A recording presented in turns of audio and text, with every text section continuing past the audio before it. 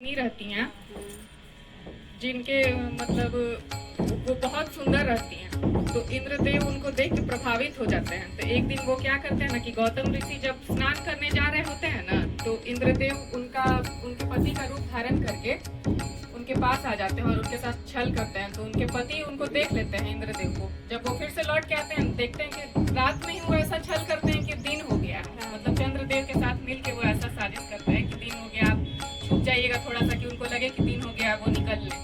तो फिर वो जब आते हैं ना, तो अपनी पत्नी को श्राप दे देते हैं, तो वो पत्थर की बन जाती हैं। तो श्री राम जी से ही उनका उद्धार होता है। श्री राम का जब चरण उनका उस शिला पे पड़ता है ना, उस पत्थर पे, तब जाके उनको फिर मोक्ष का प्राप्ति होता है। बहुत सदियों से वो पत्थर बनी हुई रहती हैं, तो उसी पर ये भजन आधारित है। एक बार श्री राम का नाम लेते हुए भजन को स्टार्ट करेंगे हम लोग। बोलिए, जोर से बोलिए, जय श्री राम। जय श्री राम।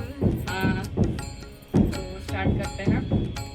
ऐसा कहते हैं सब लोग कि जादू भरी पद रज है तुम्हारी। इस पद रज का स्पर्श हुआ तो मौनशीला बनी सुंदर नारी। मेरे पास है बस एक नैया, सारे कुटुंब के पालन हारी। नाव बनी यदि नारी, तो आएगा मुझ मेरे धन पर संकट भारी। नारी का कठिन है पालन, कैसे पालूंगा दो नारी। केवट प्रभु के पाव पखारन हेतु कटौती में जल भर लाया। पाव पखारे चरणामृत पिया, फिर प्रभु को नौका में बिठाया। गंगा पार पहुँच कर जब उतराई, देने का अवसर आया। देने लगी वे जही अंगूठी, तो नामे सर के बटने लाया। देने लगी वे जही अंगूठी, तो नामे सर के बटने लाया। सुनो मेरी विनती राम सरकार, राम सरकार, सिया सरकार। नाई धोबी दीमर केवट और सुनार लुहार, एक दूजे से लेना मजूरी जिनका एक व्यापार।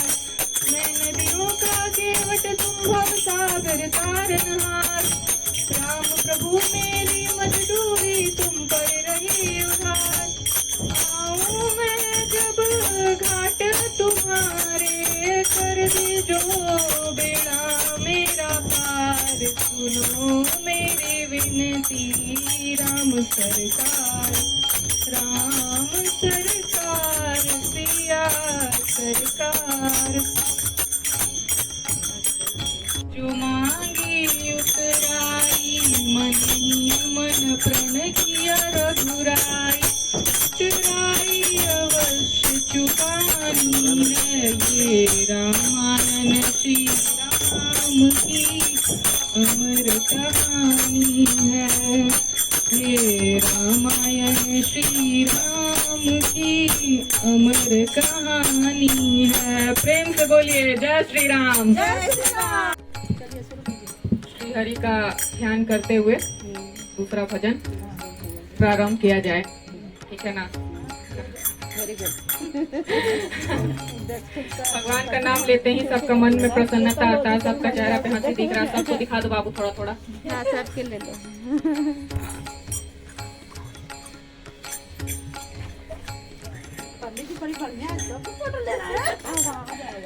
हाँ, तो ठीक है। तो श्री हरि का सब कोई ध्यान करें और भजन सुने और भजन का आनंद लें, ठीक है। तो चलिए शुरू करते हैं। श्रीमन्नारायण भजमन्नारायण, श्रीमन्नारायण भजमन्नारायण। हरि नारायण नारायण नारायण, हरि नारायण नारायण नारायण। श्रीमन्नारायण भजमन्नारायण, श्रीमन्नारायण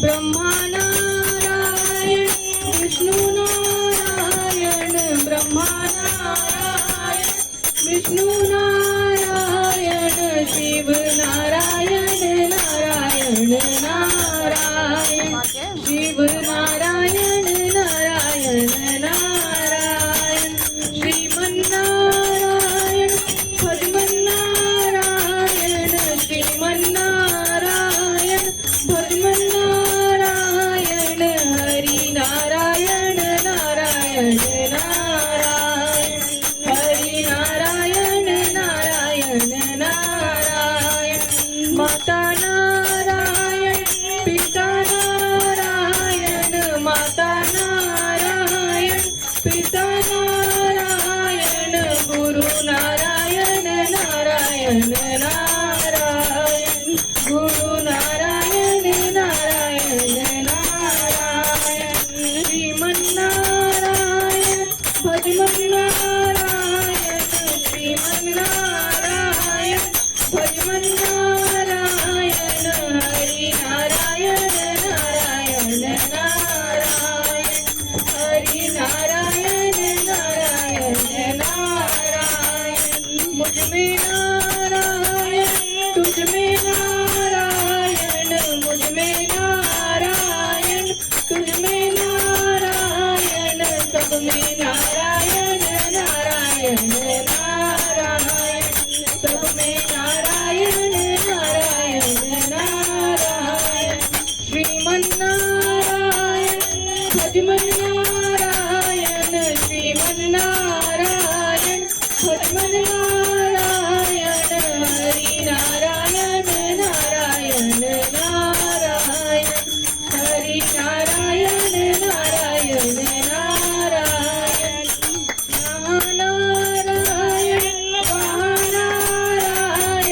यहाँ नारायण वहाँ नारायण जहाँ देखो वहाँ नारायण नारायण जहाँ देखो वहाँ नारायण नारायण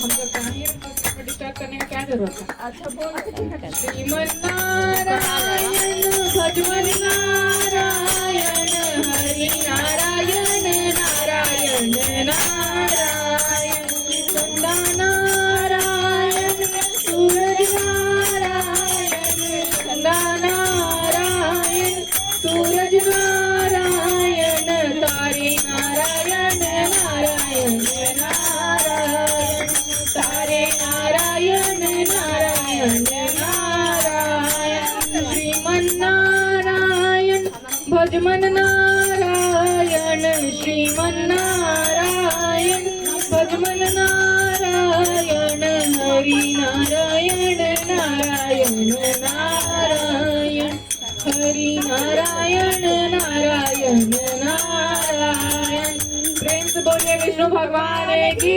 जय। बता रहे थे तो सुख जो होता है वो भौतिक विषयों की प्राप्ति से होता है। जैसे कि पैसा मिल गया सुख ही है, मतलब कुछ विषय का भोग से सुख होता है। मतलब भौतिक जीवन में जो जो चीज होगा उससे सुख का प्राप्ति होता है, लेकिन आनंद का प्राप्ति नहीं होता। आपका मन प्रसन्न तभी होता है जब आप आध्यात्मिक होते हैं, भगवान से जुड़ते हैं। और जब भगवान से जुड़ते हैं ना तो दुख भी सुख में बदल जाता है। मतलब ऐसा नहीं होता कि भगवान से जुड़ने से दुख होता नहीं है, दुख होता है, लेकिन उस व्यक्ति को महसूस उतना नहीं होता है दुख, क्योंकि वो जुड़ा ही हुआ कहीं और रहता है। मन जब जहाँ लगा हुआ रहेगा वही ना पता चलेगा। जब मन ही नहीं लगा हुआ, मन तो भगवान में लगा हुआ है, तो वो आनंदित रहता है हमेशा। उसको आनंद कहते हैं। जब आध्यात्मिक सुख को आनंद कहते हैं, भौतिक सुख को सुख कहते हैं। सुख और आनंद का कोई कंपैरिजन नहीं है। कोई जरूरी नहीं है कि जो व्यक्ति सुखी है वो आनंदित भी रहे। अध्यात्म से जुड़ा हुआ व्यक्ति ही आनंदित रहता है। तो अब ये मतलब आनंद लेने के लिए भगवान का भजन करना आवश्यक है, भगवान का नाम लेना आवश्यक है। और भगवान के नाम में इतना शक्ति है ना कि कष्ट महसूस नहीं होता है। तो भगवान का भजन हम लोग श्री राम का एक प्रारंभ करते हैं।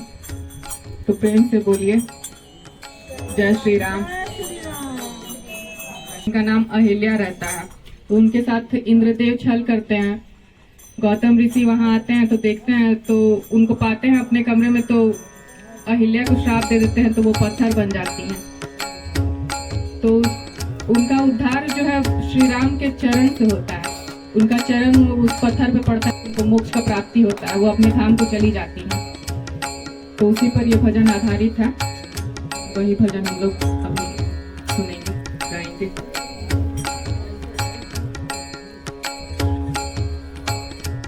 ऐसा कहते हैं सब लोग कि जादू भरी पद रज है तुम्हारी।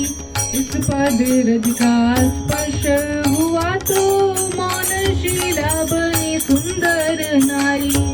मेरे पास है बस एक नैया, सारे कुटुंब की पालनहारी। नाव बनी यदि नारी तो आएगा मुझ निर्धन पर संकट भारी। एक नारी का कठिन है पालन, कैसे पालूंगा दो दो नारी। केवट प्रभु के पाँव पखारन हेतु कठौती में जल भर लाया। पाँव पखारे चरणामृत पिया, फिर प्रभु को नौका में बिठाया। गंगा पार पहुँच कर जब उतराई देने का अवसर आया। देने लगी वे जेही अंगूठी, सोना में सर के वट ने हिलाया। देने लगी वे जेही अंगूठी, सोना में सर के वट ने हिलाया।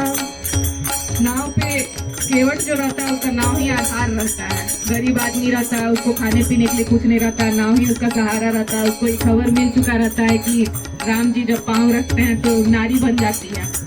मतलब पत्थर पे पाँव रखते हैं राम जी तो नारी बन जाती है। उसको लगता है कि नाव पे मेरा पाँव रख देंगे तो कहीं ये भी नारी ना बन जाए। तो इसीलिए राम जी से बोलता है कि पहले आपका पैर धोएंगे हम, तब आपको बैठने देंगे। आप पैर धो के पी के देखेंगे कि कुछ होता है कि नहीं, तब आपको बैठने देंगे हम, नहीं तो ऐसे नहीं बैठने देंगे। तो उसके बाद केवट फिर प्रभु को सीता जी अंगूठी अपना देने लगती हैं, तो वो बोलते हैं कि नहीं, नाव में सर हिलाते हैं कि नहीं हमको अंगूठी नहीं चाहिए। तो उसी के आगे का ये भजन सुनिए आप। कि नाई धोबी दीमर केवट और सुनार लुहार, एक दूजे से लेना मजूरी जिनका एक व्यापार। मैं नदियों का केवट तुम भवसागर तारनहार, राम प्रभु मेरी मजदूरी तुम पर रही उधार। आऊं मैं जब घाट तुम्हारे, आऊं मैं जब घाट तुम्हारे, कर दीजो बेड़ा मेरा पार। सुनो मेरी विनती राम सरकार, राम सरकार, सिया सरकार। तो जब देने लगती हैं वो अंगूठी, तो वो केवट बोलता है कि जिनका एक व्यापार होता है वो एक दूसरे से मजदूरी नहीं लेते हैं। वो बोलते हैं कि हम भी नाव पार, मैं नदियों को पार करवाता हूँ, आप भवसागर को पार करवाते हैं, तो हम आपसे मजदूरी नहीं लेंगे। आज हम आपको नदी पार करवा रहे हैं, कल हम जब भवसागर में आए तो आप हमको तारेंगे, ऐसा वो बोलते हैं। तो उसके आगे का भजन अब ऐसे है कि आई मन ही मन प्रण किया रघुराई, उतराई अवश्य चुकानी है। ये रामायण श्री राम की अमर कहानी है। प्रेम से बोलिए जय श्री राम।